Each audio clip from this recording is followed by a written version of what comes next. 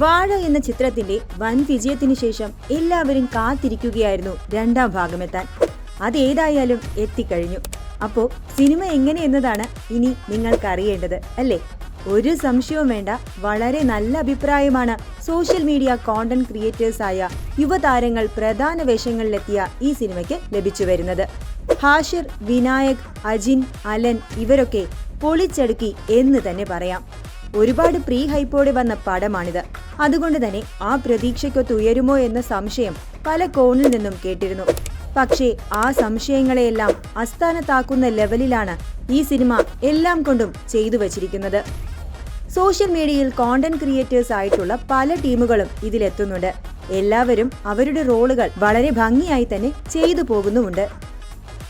Comedy, emotions എല്ലാം വളരെ പക്കാ രീതിയിൽ തന്നെ ഈ സിനിമയിൽ വർക്കായിട്ടുണ്ട്. അതുകൊണ്ട് തന്നെ മൗത്ത് പബ്ലിസിറ്റിയിലൂടെയും നല്ല മുന്നേറ്റമാണ് ഈ സിനിമയ്ക്ക് ലഭിക്കുന്നത്.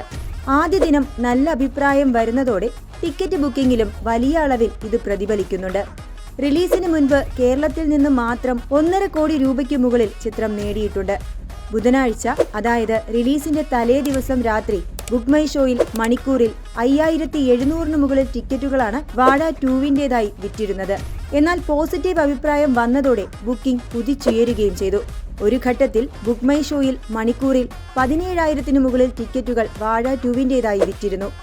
ആദ്യ ദിന കളക്ഷൻ റിപ്പോർട്ട് എത്തുമ്പോൾ 5 കോടിക്ക് മുകളിലാണ് നവാഗതനായ സവിൻ എസ് സംവിധാനം ചെയ്ത ഈ ചിത്രം നേടിയിരിക്കുന്നത്.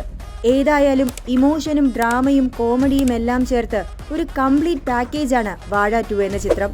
അപ്പോൾ ഈ വെക്കേഷൻ കാലത്ത് ഫാമിലി ആയിട്ടും ഫ്രണ്ട്സിന്റെ ഒപ്പവുമൊക്കെ ധൈര്യമായിട്ട് വാഴ 2 കാണാൻ ടിക്കറ്റ് ബുക്ക് ചെയ്തോളൂ.